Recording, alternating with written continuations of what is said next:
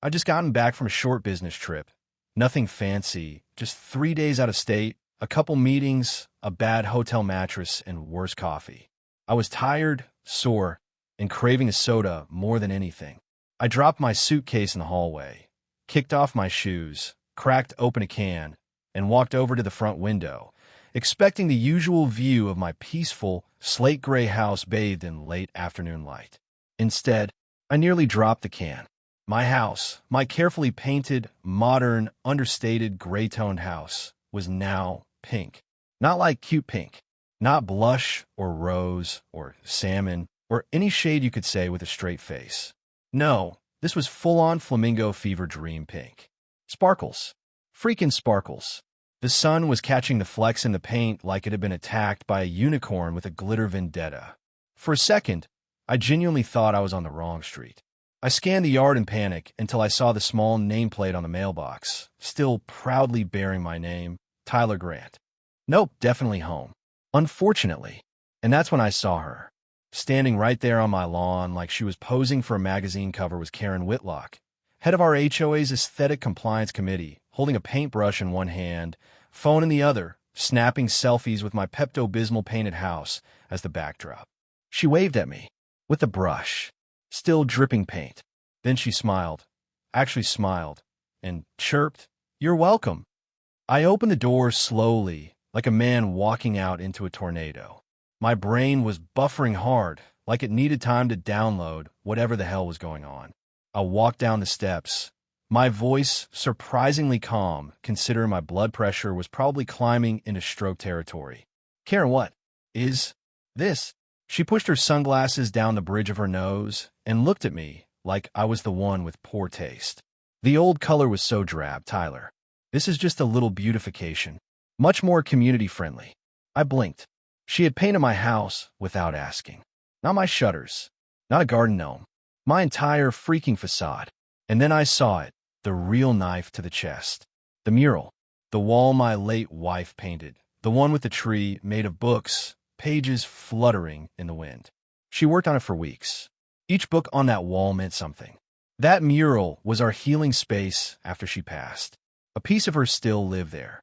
And now it was gone, smothered in glittery beige and bubblegum pink. It felt like someone had poured bleach on my favorite memory. I couldn't feel my hands. I don't even remember what I said next, but I know it wasn't polite. Karen, in all her deluded confidence, rolled her eyes and actually said, "You're being dramatic. I probably saved you thousands in design fees."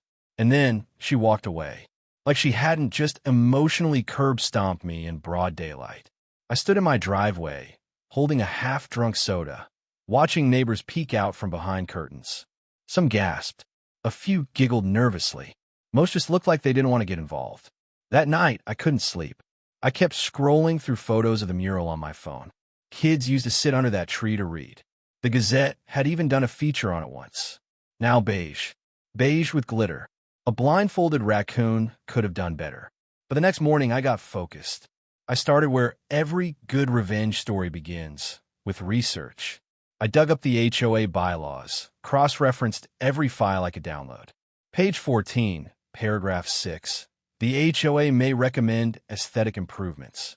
Physical alterations to private property require written homeowner consent.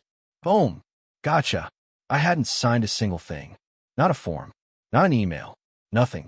Then I started documenting photos of the damage, timestamp security cam footage from my neighbor's doorbell, showing Karen directing the painting crew onto my lawn. I even tracked down the painters themselves.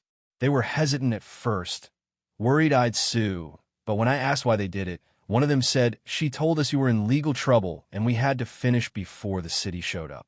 What the hell? Turns out, Karen paid for the whole disaster with the HOA's credit card. On the invoice, she wrote, "Emergency aesthetic correction." I wanted to laugh. I wanted to scream. Mostly, I wanted my mural back.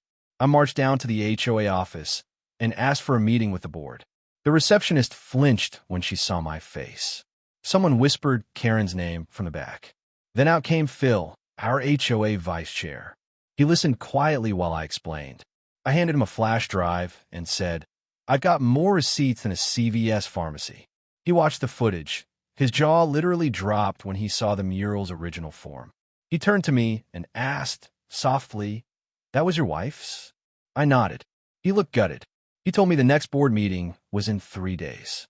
Karen would be there. I told him I'd be there, too, with a lawyer. Those 3 days crawled by. I printed every file 3 times. Even laminated one of the old mural photos like it was some sacred relic. Then something shifted. Old Mrs. Langford, who barely speaks to anyone unless it's about cats, shuffled up to my porch and handed me a tin of cookies. She said, "I'm sorry about your wife's wall. That woman had no right." Then she walked away. And just like that, the stories came. Neighbors who had been quiet suddenly shared their own Karen encounters. She once fined the Hendersons for having a flamingo lawn ornament out for a single day. Threatened Dave for building a birdhouse without approval.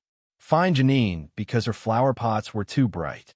Turns out, Karen wasn't just out of line. She'd been running our neighborhood like a glittery dictatorship. Finally, the day of the meeting arrived. I dressed like I was going to court. Front row seat. Calm face. Steady breathing. Karen walked in like she was stepping onto a stage. Pink blazer, sunglasses indoors, smug as ever. When the meeting started, she launched into a speech. She said the neighborhood lacked vibrancy, that she took swift action to elevate community morale. She called the mural childish. It was my turn. I stood, opened my folder, and let the truth roll out. The photos, the invoices, the contractor statements, the video of Karen directing the painters, and finally, the mural the way it used to be. I didn't yell. I didn't rant. I just let the silence build. A board member finally asked, "Karen, did you have written consent?" Karen hesitated, then said, "I didn't think I needed it. The community comes first." Phil spoke up then. He said there was no clause giving her the right to make alterations. And even worse, she had falsified information, misused funds, and destroyed artwork that held cultural and emotional value. When the vote came, it was unanimous. Karen would pay for the full restoration, all $50,000 of it, out of her own pocket. Her access to HOA funds? Revoked. Her seat on the committee? Gone. For good. She stormed out without a word. But the story didn't end there.